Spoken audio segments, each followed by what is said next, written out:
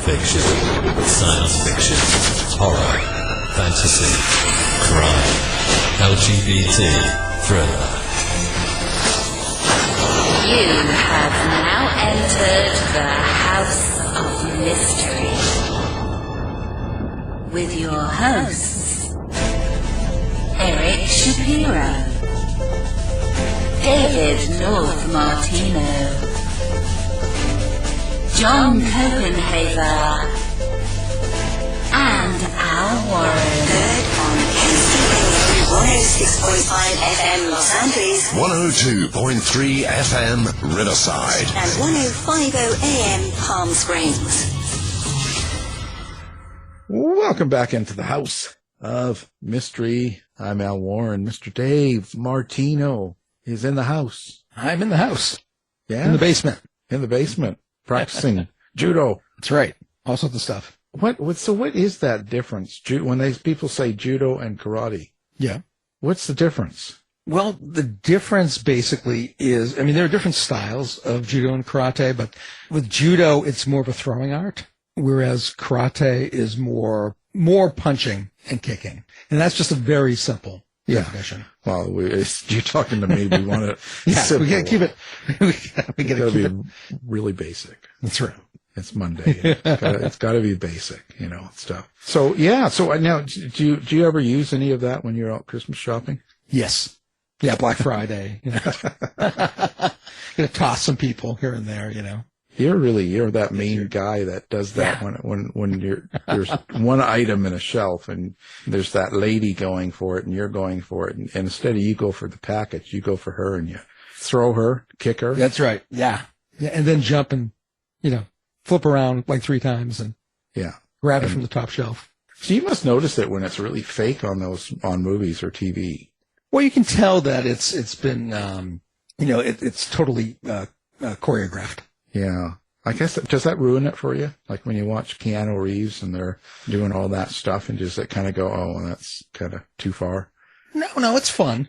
It's fun. They have to do certain things. They have to extend it. They have to make things bigger so that you can see it on camera. They have to slow things down. Well, they have that blind karate guy. Do you think that's very realistic? In the John Wick series? Yeah. Yeah. Well, it's yes and no. That's been a staple of like Japanese cinema, but you can get increase your other senses. So of course it's like exaggerated in the movies, but there's training you can do so that, especially if you're connected to somebody and you can feel them, you can feel where they're going. Right. So you wouldn't necessarily need to be able to see them. Well, in that they weren't very connected, but he could out jump a bullet, Yeah. Well, in the John Wick world, that is absolutely possible. Yeah, totally possible, I guess. Right?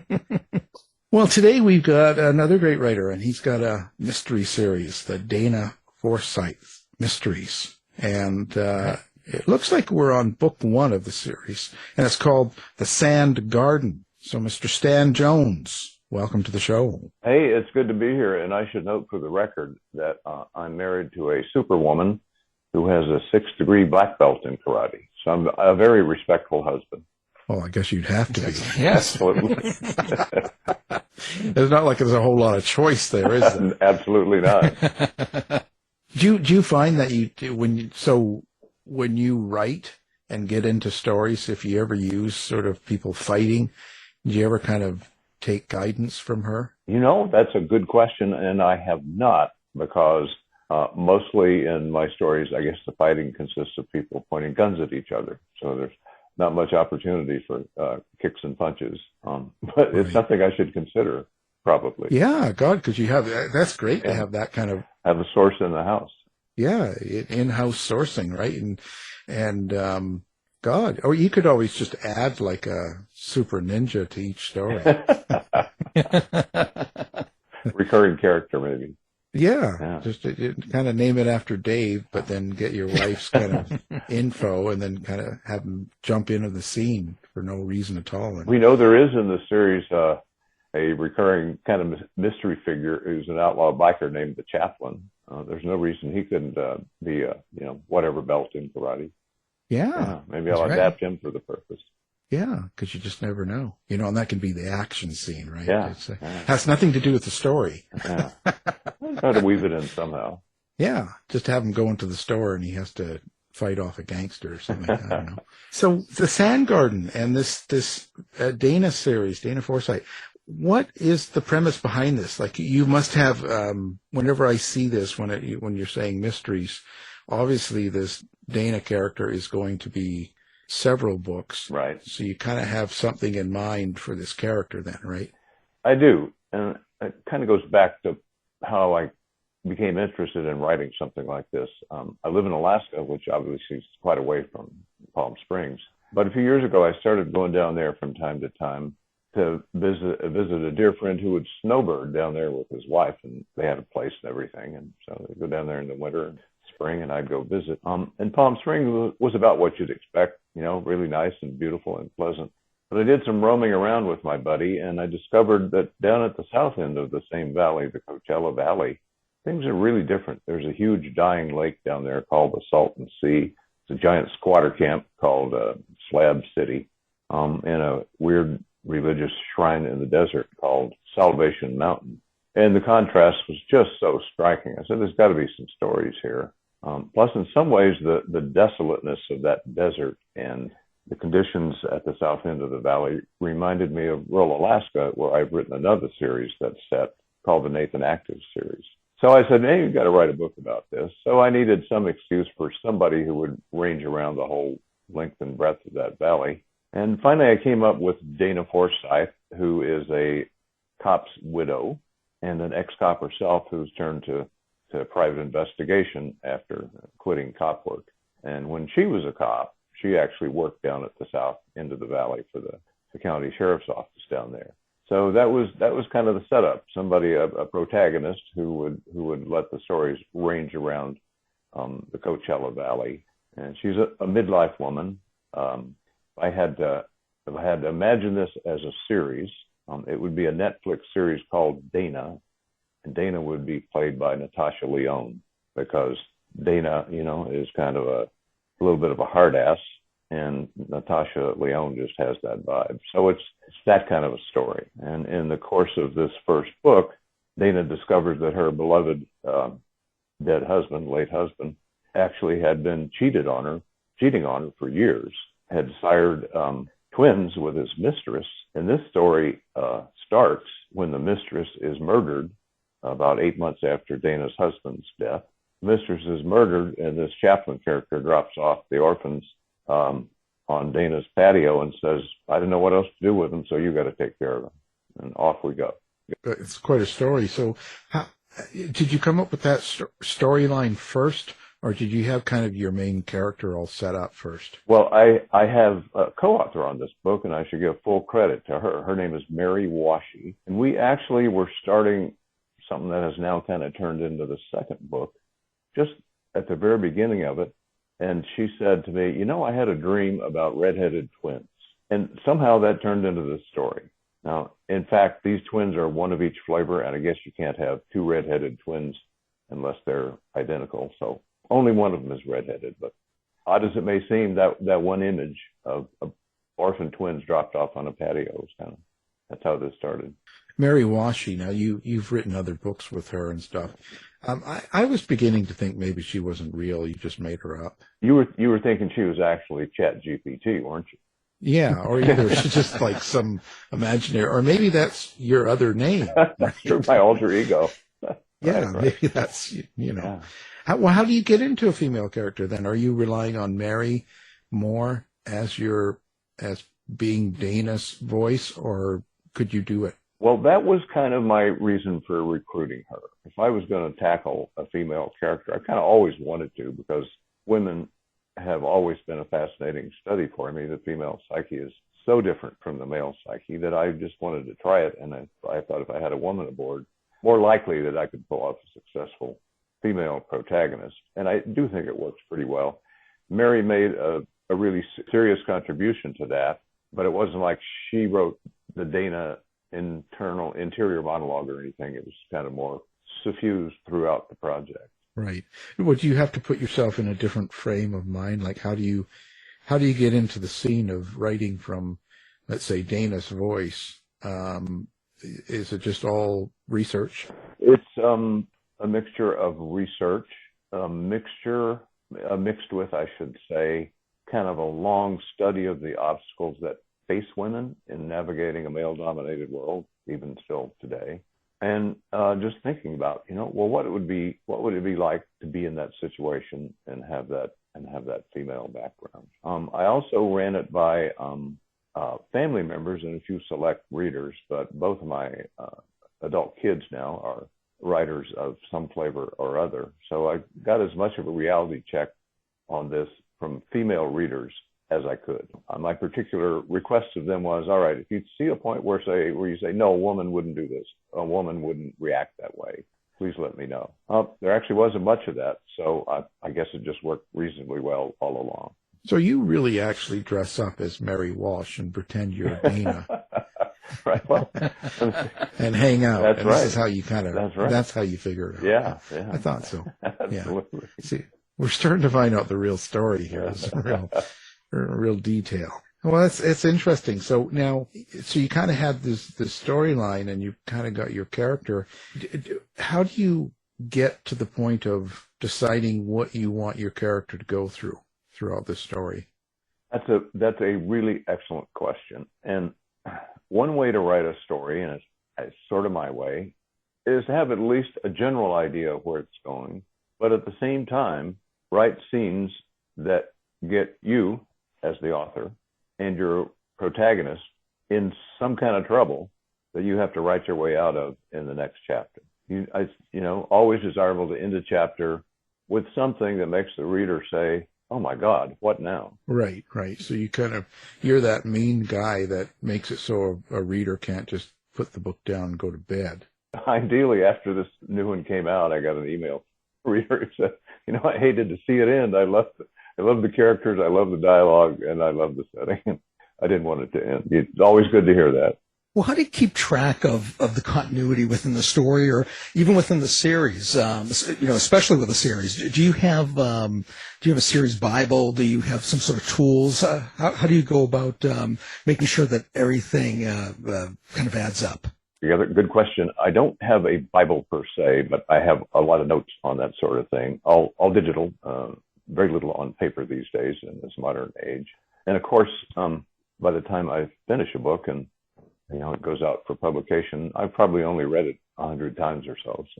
Right. And the interesting part is, if you reread your writing, things will jump out at you, and some of them are just the usual. Well, I could have done that a little better, and others are like, no, you can't do that. You got to do something else here. Period. I have read. I'm not sure I believe it. I have read that when Hemingway would sit down to write, he would start by reading the entire book up to the point he had reached where he was ready to write some more, which could explain why his novels are so short, I guess. Well, yeah, that would be a lot of, that would be timed, it would be a lot of work. It would. But everybody has their way, I guess. If maybe that's give him a chance to drink his bottle of whiskey while he was. I know. Well, so do you have a point in something like this? As in, is there a subtext? Is there a meaning? Is there something you want the reader to take away from the story that's deeper than just the entertainment? Clearly with a genre work like a mystery, entertainment is sort of the driving energy, if you will. I guess the other thing I wanted to get at underneath it is what an amazingly diverse and complicated and contradictory place the Coachella Valley is, with all of that wealth at the north end and all of that, for lack of a better word, dystopia at the other end. And so, of course, I made the two ends of the valley interact in this story. Yeah, it's pretty amazing, the diversity there. Yeah, before I got into this, I had maybe driven through Palm Springs twice in my life, assumed it was kind of the balmy desert oasis we all think it is, and Palm Springs itself is pretty much that. But when I realized the setting it was in and what the contradictions and contrasts were, I said, man, my God, what what a rich field for mining. Well, speaking of that, you mentioned the Slab City. Yeah.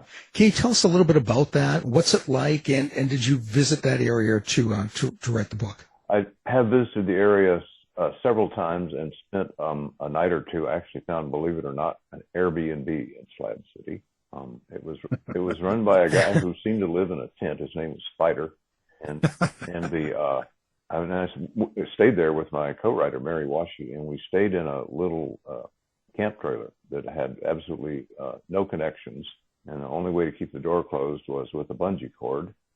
It did have a bathroom, but the toilet just opened out onto the sand underneath. So it was okay for number one, but for number two, you had to go to an outhouse with a door that did not latch from the inside. And so if you just sat down on the stool, the door would swing open.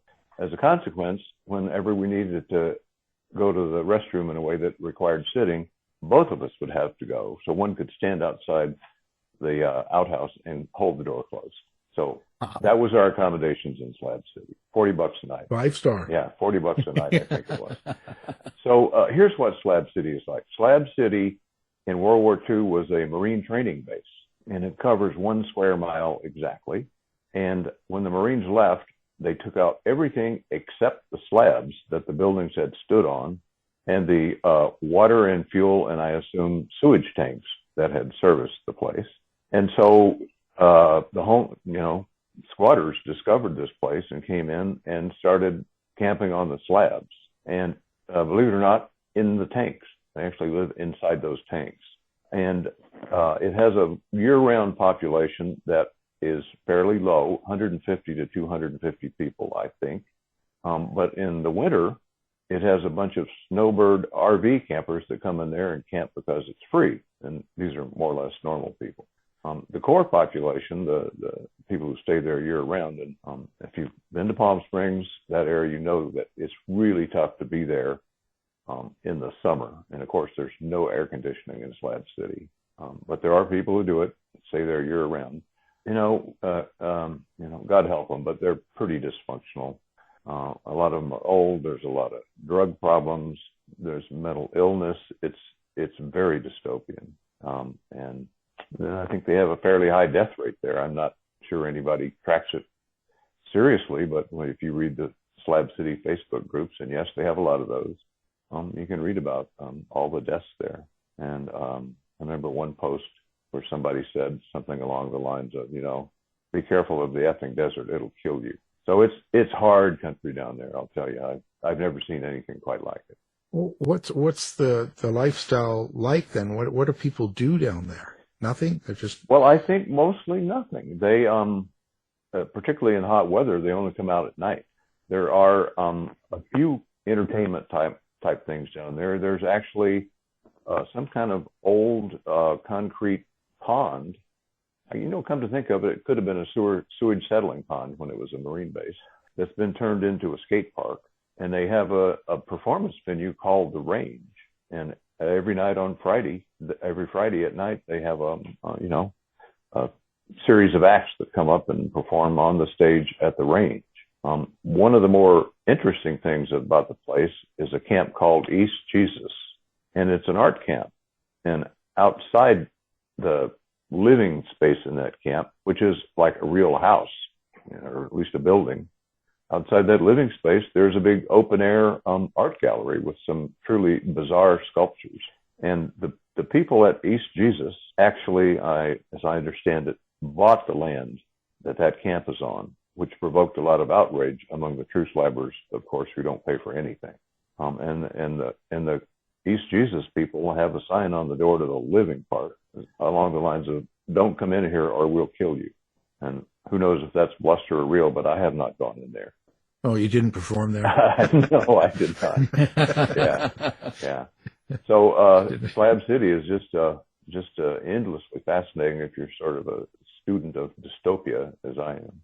Wow, that's crazy, but isn't it the way? And it's so close to Palm Springs wealth and, the flamboyant lifestyle. Glitter, and yeah, I know. And I think probably most of the snowbird people up in Palm Springs are just barely aware that anything like that exists so nearby. I guess in a way it's like people that fly down to Mexico and live in a resort for a while Yeah. and go back home. Outside of that resort or that villa, it's pretty rough too at times. Yeah. So in support of this conversation, I showed the book to some other authors and said, you want to give me a quote? So I got a great one from a guy named Rich Chapone, who's a mystery writer too. He has a book out called The Hunger of Prose, but he read The Sand Garden, and here's what he said, and I couldn't have said it better myself. He said, bikers, tweakers, abandoned orphans, a murdered mistress, the Sand Garden is Dickens in the desert. I really like the Dickens in the desert part of that. I never thought of it that way, but that is kind of what this is about in a way. Well, and I guess you must have stayed down a while or made quite a few trips, because you also try to capture Palm Springs as well. And it's a pretty big gay community, and it's pretty, again, like I said, flamboyant or very wild at times. It is, yeah. So you must have spent a lot of time down there to try and absorb that, to make Palm Springs be real, Yes, absolutely. In fact, we're going back after Christmas for a couple of weeks, and I have to admit, despite being a male of a certain age from a fairly right-wing state, I think Palm Springs is absolutely fabulous. I love that diversity and at times weirdness, and I guess everybody may have heard about the Forever Maryland statue, but the place has a 26-foot statue of Marilyn Monroe with her skirt blowing up, and that scene from, I think it was Some Like It Hot. So it just kind of sets the tone for what a fun, merry place Palm Springs is. Yeah, it certainly can be. Yeah, not for some of the people in my story, but it can be. Yeah. No, I guess not. Are you conscious about how much violence you do put in a book like this? I am. My books, I think, are not terribly violent in comparison with some other work in the genre. And I will say they don't quite, I think, reach the level of thriller, where you think somebody's going to be killed on every other page, and that often turns out to be true. So the reason for limiting the violence, well, maybe in the case of Palm Springs, just because it doesn't fit with the vibe of the place at all. But I just don't want to write a story where the violence is the point. Violence is interesting to me, not when it's the norm, but when it's the exception. That's what makes stories interesting, about unexpected, unusual things, Right. Yeah, it's got to be part of it, but you don't have to be a total murder show through the whole thing. Yeah. I mean, ideally, you want your murders to happen not because it's somebody who likes killing people, but because it's somebody who got into an extraordinary circumstance and behaved badly, but still you can understand how he or she got there. And that's kind of the important aspect of writing your bad or evil character, right? The one that does something wrong, or characters that do things wrong. You kind of got to get in their head so that people understand why they're doing it. Otherwise, it doesn't always work, right? Right. You don't want the killer to be a blank slate. They need to have some vestige of soul and emotion and motive that could make some sense to a person who is absolutely not like that, not a killer, and never will be, probably. That is the average reader. Yeah, because quite often I think what it is someone's in a place, they're in this world, and for them, they're doing the right thing. If not the right thing, the best thing they can come up with under the pressure of the moment. That's kind of the old, how far would you go to do this, to do Exactly. that, to get this, Exactly. the idea, noir sort of. But at the same time, I try not to give the impression that there is necessarily anything abnormal about murder. And I don't mean normal in the sense of desirable or, a goal to be wished for. It's just that there's so much violence in the human heart. You just have to regard it as actually part of the normal. That's how I do. Right. Yeah. No, I've come to realize this working with Dave. It's the norm. Yeah, it is actually. That's right. It's the everyday. It's difficult for me to come to accept that. I'm kind of an idealist, and I said to finally realize, no, the human animal is not a noble, virtuous beast. He's good and evil and everything in between. He or she is good and evil and everything in between. Yeah, I agree. Yeah. That's why you buy a dog. Yeah. Buy a dog. Yeah. They're better. Or More dependable. Or if you don't want to get too vain or proud of yourself or feeling too fancy or good, you can buy a cat, and the cat will anchor you in your place. Oh, that too. Yeah. You know, It's true. it's Yeah. all good. Yeah. Animals are great. Yeah. One look from a cat, and it's thinking, I could kill you in your sleep, right? Yeah. Yeah. You That's always true. have to be aware. Yeah. One eye open. Yeah. You know. Yeah. Poor Dave's wife. They have a cat, and Dave. What's she thinking? She's better off with the cat. Yes, looking both ways. Yeah. Like, holy cow. Well, so what's your process, when you're writing these characters and you're doing that? And before we get into it with what it's like working with another person like Mary, but what is it that you go through yourself? Or do you sort of see your character? Or do you hear them? Do you feel them? Like, what's your relationship there? Well, I do see them, and what I actually do is once I have a word sketch of a character, I put that in the Google machine and search, and then I look at all the images. And when I see somebody that makes me say, yep, that's him or her, I actually download that and put it into the manuscript the first time that character appears. So if I ever wonder what does Dana look like now, or what does this biker guy, the chaplain, what does he look like? I just go look at the picture. And then where the voices come from for these different people, because they all do talk differently, I don't know. Maybe it's from looking at their pictures, but somehow it comes into my head, well, here's how this person would talk. And in the case of the protagonist, of course, this book is written in the first person. A lot of the talk is actually interior monologue. What's the protagonist thinking as this unfolds? But it has to be in the same voice as if she were conversing. What's the advantage of writing first person for you, do you think? I have not done this before. I wanted to try it, and I thought that doing so would let both me and the reader become more intimate with the protagonist. And I think for me, that actually worked. I do feel more intimate with the protagonist by writing in the first person. Yeah, so is this the reason your wife has got a black belt? Because you're hearing voices and you're talking to people and seeing faces and all that? Like, does she sort of have to watch out, Well, I don't know. I do know that the reason that she got into it is she wanted to be able to defend herself if she were physically threatened. And she did say at one point, including by me. So, that may have been part of it.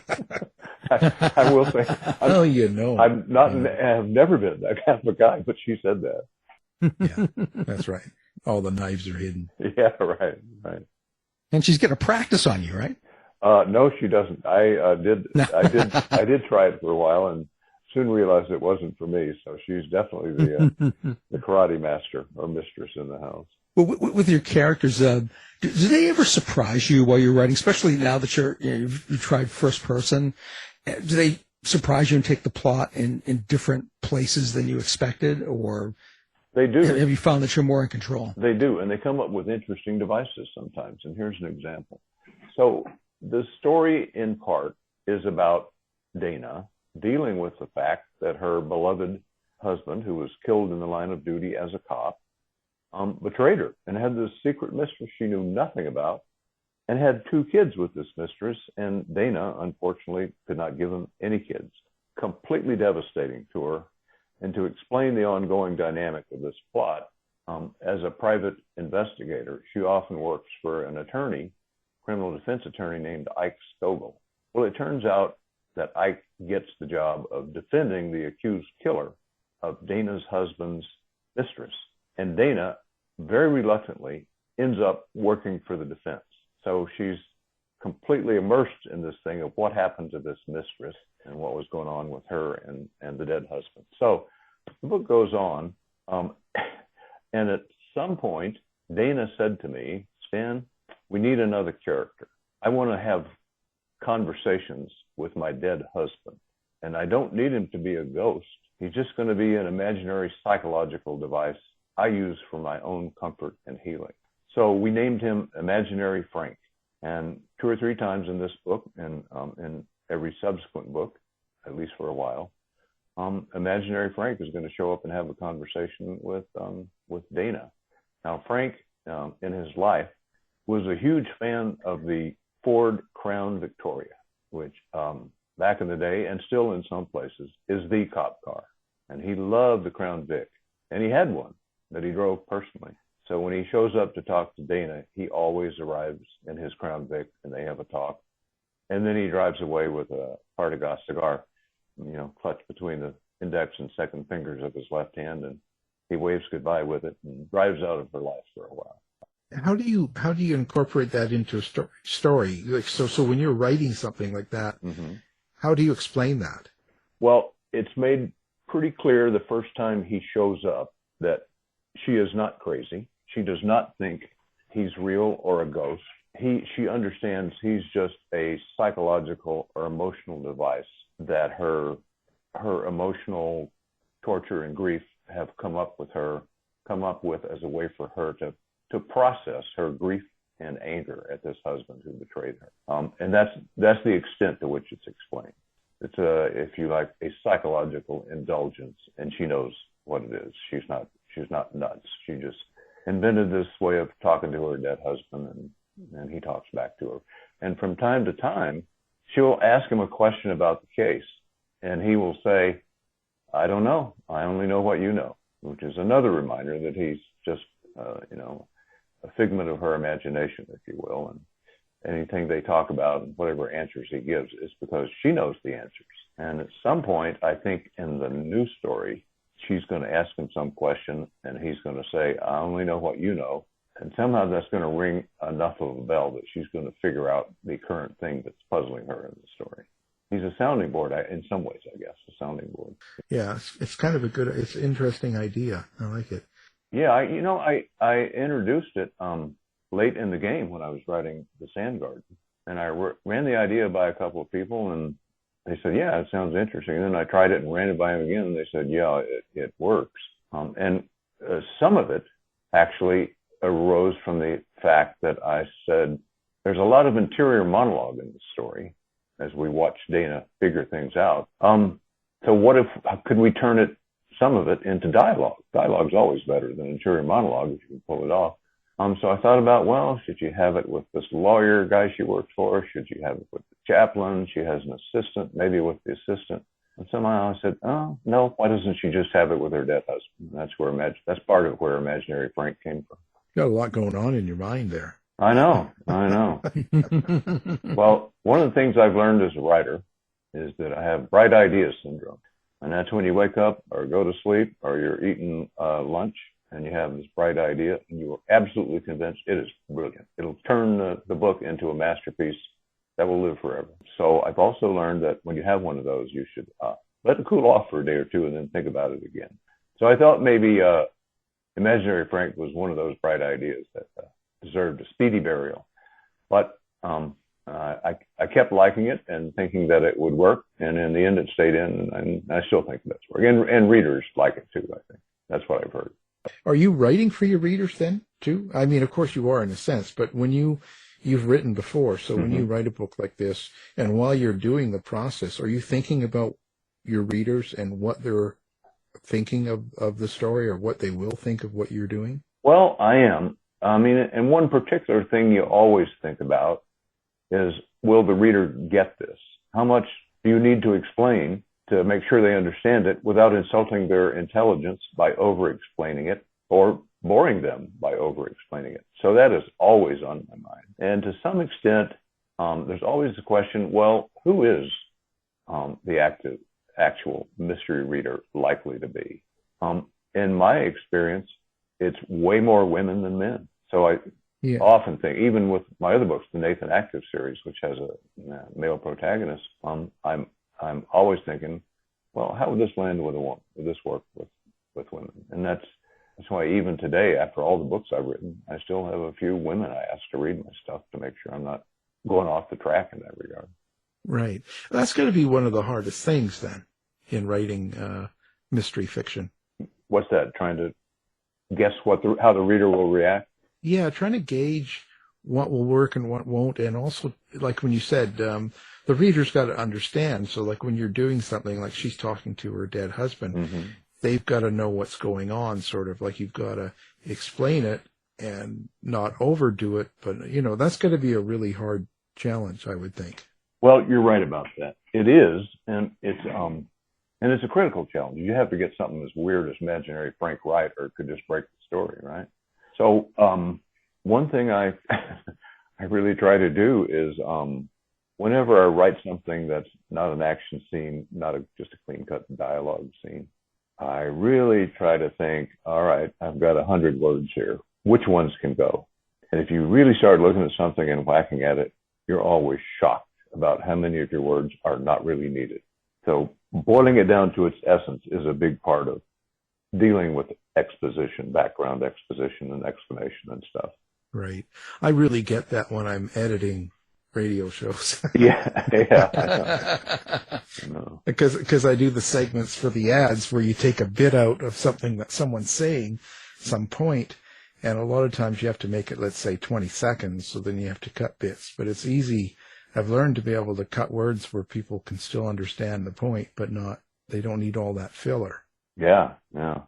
But I do have, a couple of rules. One is no adverbs, and the other one is as few adjectives as possible. For people that don't know what they are. An adverb is anything usually that ends in ly. And I'll give you an example of an adverb that should absolutely die. If I were to write a Hallmark romance and I found myself writing, he touched her cheek gently, I would shoot myself in the head. In the context of a love scene, saying that a touch was gentle, totally gratuitous, must go. So, from time to time, I just go through and search for the letter pair ly. And if it's in an adverb, out it goes. That's why I never get any books published. And in a more general sense, how much description to put in a book is a critical question for me, especially when I read them. I read a lot of books that have so much description in them, especially of mundane things like what somebody's wearing or what the weather is like, that it starts to drag, and eventually I just abandon the book. Right now I'm reading a classic called Their Eyes Were Watching God, which is set in a milieu and among a culture completely strange to me. And God bless the author, there's almost no description. It's almost all dialogue, and I really appreciate that. I think for me too, I agree with that a lot. I think the description's got to be something that's important. You know what I mean? That's right. It's got to be something that's relevant. Exactly. Ideally, every word of description is making a story point, not just telling the reader what a street in Palm Springs happens to look like on any given day. And that's because I'd imagine Palm Springs and Slab City, all this whole area that you're writing about, you've got to describe, you've got to have people understand it, but almost like a character, right? They've got to become a character in a sense. Oh, absolutely. Places. So the description's got to be very precise. Yes. All places always a character in a good story. That's what I think. So you can't get into the old, the wind was blowing on a, Yeah. So, in a place like Palm Springs, you need to describe enough to evoke it. So people sort of feel like, oh yeah, I get what it's like there. But at the same time, avoid drowning people in that stuff. And also bearing in mind that most people probably have some image in their heads of Palm Springs, which is an argument for just enough description as opposed to a lot of description. I think at least Americans, you say Palm Springs, they think of sun and very nice architecture and beautiful streets and stuff, and of course palm trees. So you definitely don't want to overdo that in describing Palm Springs in a book. Right, yeah. And plus a lot of it's not important unless it's something that's, describing a scene that happened or something and it was important or relevant. Then, yeah, it can be overkill, right? Yeah, there's a word for writers, a somewhat derisive term for writers who do that too much, and that is, well, yeah, he's a painter. Painting is good with oil and watercolor, not so good with words.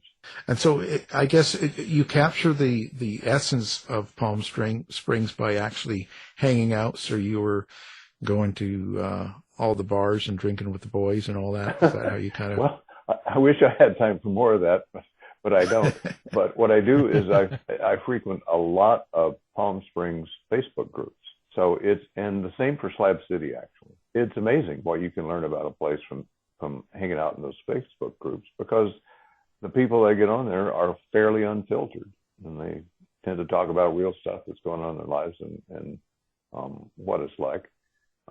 So the Sand Garden does not have any major characters who are gay. And I sort of have this feeling at some point, if I'm going to write about that place, I should have a protagonist, a killer or victim or something who's gay. But I know so little about the culture and have experienced so little of it. It would be a daunting challenge. I don't know what I do if I come to the point when I think it's time to try that. Yeah. I mean, yeah. I know that day in and day out, every subculture just lives its life, and I understand that. But still, if you tackle a subject, a person from a culture very different from your own, it's a challenge. Well, that's a good place to start, but from living their lives, yeah. And start there and picking up subtleties that, again, because you don't need to over-describe anyway. Yeah, yeah. Well, when in doubt, don't do it. Yeah, that's what I think. When I think I can do it without a doubt, I'll either do it or say, no, you're nuts. Don't even try this. Yeah. Story of my life. Yeah. Well, listen, so now, where do people find you? Obviously, you're on Facebook. You do all the social media, TikTok and all that, and you do a website. What's the place? Well, I do have a website, and it's pretty simple. It's sjbooks.com. And on Facebook, I'm Stan Jones and Stan Jones's Books. And there are separate web pages for this series, the Dana Forsythe series and the Nathan Active series. And I am on social media a lot, Instagram, Threads, and the possibly doomed Twitter/X, but yeah, I guess I'll be on it as long as it's still around. Just tiptoeing into TikTok, because it's basically a video platform. And it's hard for me to think of what I could come up with that would really work, seem at home and in its natural element as a video. But I am working on that. And just as an anecdote, there's this very strange influencer on Instagram named Eva Tichnell. And she has this thing she does where she will say a few words and then deliver the tagline that's becoming increasingly famous, nothing like it. And Eva appears to be a youngish Southern woman with a big Southern accent, and she has a pretty big following on Instagram. Well, it turns out that if you pay Eva not too much money, she will actually make a very short video, maybe holding up one of my books and saying the Sand Garden, nothing like it. And so I'm trying to get her to produce these little mini blippy ads for the Sand Garden in my other books, and start sprinkling those around social media just for the fun of it. But the point being here that they would work on TikTok, I think. Yeah, well, you don't know until you try. Absolutely, and you can't win if you don't bet, as they say in Las Vegas. Yeah, well, that's true, and that's certainly how it is. So you're going to be working on the next book now, or do you flip to something else and then come back to this? Like, what's your plans? I'm well into the next book, about 20,000 words, I would say, which is 1/3 of a book plus or minus. And the working title is "Dying Well is the Best Revenge." And briefly, it's this: a young trophy wife comes into Dana's office and hires her to find her boyfriend, the boyfriend with whom she has been cheating on her rich old husband. And so Dana, and the boyfriend has broken up with the trophy wife because he wanted her to leave the husband and be with him. She wouldn't do it. She wants the money. So he breaks up with her, takes off, kind of leaves no trace. And so she suffers a broken heart and realizes he was really her best chance at self-realization and emotional honesty and all that stuff. So she hires Dana to find him so that she can go and try to reconcile with him. So in relatively short order, Dana does find him and spots him working in a gas station down on the shores of the Salton Sea, down in dystopia country. And so Dana gives the trophy wife the address of this place, and the trophy wife sets off to find her guy. And by the time that day is over, the rich old husband is dead, the boyfriend is dead, and the trophy wife is accused of both murders. Oh, there you go. So talk about putting everybody into positions that I'm still not quite sure how to get them out of. This is a classic example. Well, you could always just stop there. Maybe. Yeah, it's probably going to be all downhill from that point anyway. Yeah, then she wakes up and it was all a dream. Yeah. Titles are always a fun part of the process in trying to figure out what to call a book. But for a long time, the name of the Sand Garden, or what became the Sand Garden, was Slab City. And I still think that could be one of the all-time great book titles. But in the end, I just thought there's not quite enough Slab City in this book to justify that title. So we came up with the Sand Garden, which is, kind of a metaphor for a place where bodies may be planted after they're killed. I think Dave has one of those, don't you? No. Well, you never know. Well, it's been interesting. It's always good talking to you, Stan. Oh, absolutely. Likewise here.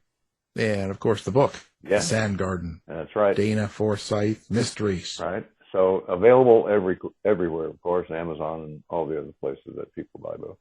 Fantastic. We'll have all that up on the website Great. as well as yours. And we appreciate you being here. Hey, I appreciate it too. It was wonderful talking with you. Thanks, Dan. You've been listening to the House of Mystery radio show.